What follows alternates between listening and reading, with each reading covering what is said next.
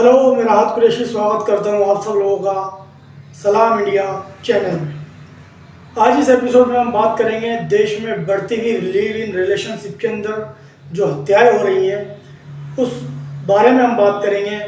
उस बारे में हम चर्चा करेंगे कि आखिर ऐसा नए कपल्स और जो लिव इन रिलेशनशिप में जो लोग रह रहे हैं उनके बीच ऐसा क्या हो रहा है कि ज़्यादातर जो फीमेल पार्टनर हैं उनकी लगातार हत्याएं हो रही हैं। हम बात करते हैं आफ्ताब से। पहले आफ्ताब ने श्रद्धा का कत्ल किया, उसके बाद दिल्ली में साहिल ने साक्षी का कत्ल किया, उसके बाद मुंबई में मनोज साहनी ने अपनी live in relationship female partner Saraswati का मर्डर किया। हेलो, अस्सलाम वालेकुम, नमस्कार, सत श्री अकाल। मैं राहत कुरैशी स्वागत करता हूँ आप सब लोगों का सलाम इंडिया चैनल में। आप जानते हैं इस टाइम देश किन हालात से गुजर रहा है। हमें रोज़ नई नई हत्याओं की खबरें सुनाई दे रही हैं और ये हत्याएं उन फीमेलों की हो रही है जो फीमेल किसी मेल के साथ रिलेशनशिप में रह रहे हैं।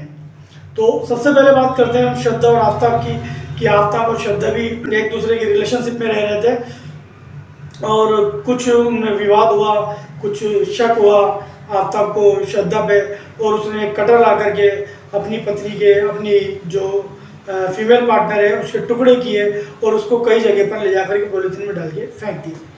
उसके बाद एक और हैवानियत सामने आई, वो दिल्ली में जो साहिल नाम का एक शख्स था उसने बड़े ही बेरहमी से जो अपनी फीमेल पार्टनर थी जिसका नाम साक्षी था उसको ऑन द रोड सबके सामने बड़े ही बेरहमी से कत्ल कर दिया। उसके बाद 2-3 दिन पहले ही मुंबई में एक बड़ी दुखद भरी एक घटना और सामने आई कि एक 50 साल का व्यक्ति था जिसका नाम मनोज साहनी था।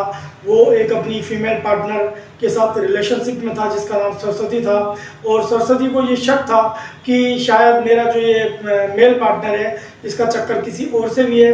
उस बात को लेकर दोनों में कहासुनी हुई और उसका अंजाम ये हुआ कि मनोज साहनी ने सरस्वती को उसके जो पेड़ का कटर होता है उससे उसके टुकड़े किए, 100 टुकड़े किए और उसको कुकर में उबालना भी चाहा, जिसकी वजह से बदबू पूरी सोसाइटी में फैल गई और वो बदबू की वजह से वो पकड़ा गया।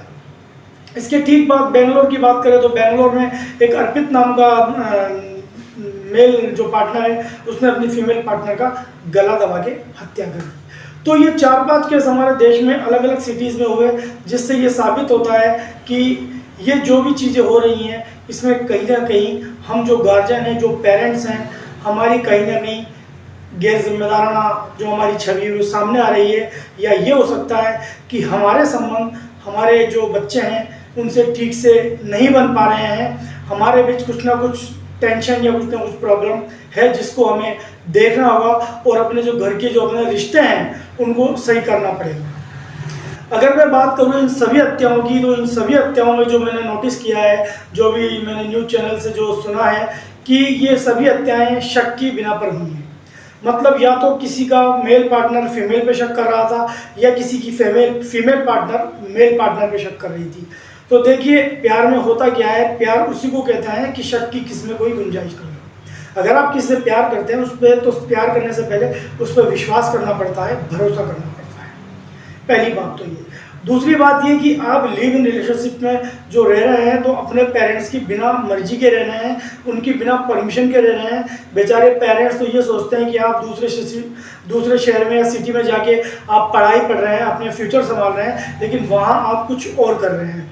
तो ये यहाँ पेरेंट्स की गलती नहीं है। पेरेंट्स तो आपको फ्रीडम दे रहे हैं कि आप अपना फ्यूचर बनाइए, आज़ादी से रहिए, कुछ बनिए, माँ बाप का नाम कीजिए, लेकिन आप उनका क्या कर रहे हैं, आप वहाँ जाकर के ये कर रहे हैं कि अपने माँ बाप का नाम बदनाम कर रहे हैं, उनकी छवि को धूमिल कर रहे हैं और अपनी भी ज़िंदगी बर्बाद कर रहे हैं।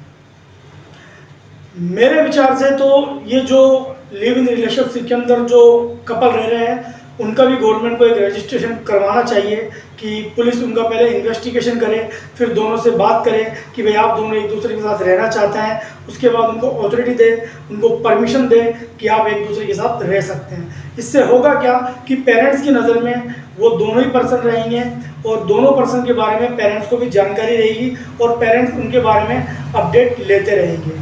तो ये कानून बनना चाहिए जिससे जो महिलाएं हैं वो सुरक्षित रहें। और मैं कहता हूँ कि ये ज़रूरी है कि आप सब लोग इस चीज़ से अपने बच्चों को बचा के रखें कि ये जो लिव इन रिलेशनशिप का जो चस्का है बच्चों को जो अभी लगा है, जो एक दूसरे से प्यार के चक्कर में लग जाते हैं और बाद में अपना जीवन बर्बाद कर लेते हैं, मैं कहूँगा कि उन सब पर पेरेंट्स को रोक लगानी चाहिए और कानून को भी एक नया कानून ऐसा पारित करना चाहिए जो ऐसे बच्चों पे रोक लगा सके। तो इस एपिसोड में बस इतना ही। नेक्स्ट एपिसोड में फिर हम बात करेंगे समाज के एक नए टॉपिक पर और नए एक सब्जेक्ट पर। तो तब तक के लिए राहत कुरैशी आप सब लोगों से इजाज़त मांगता है। अल्लाह हाफ़िज़, खुदा हाफ़िज़। आप सबको मेरी तरफ से सलाम इंडिया।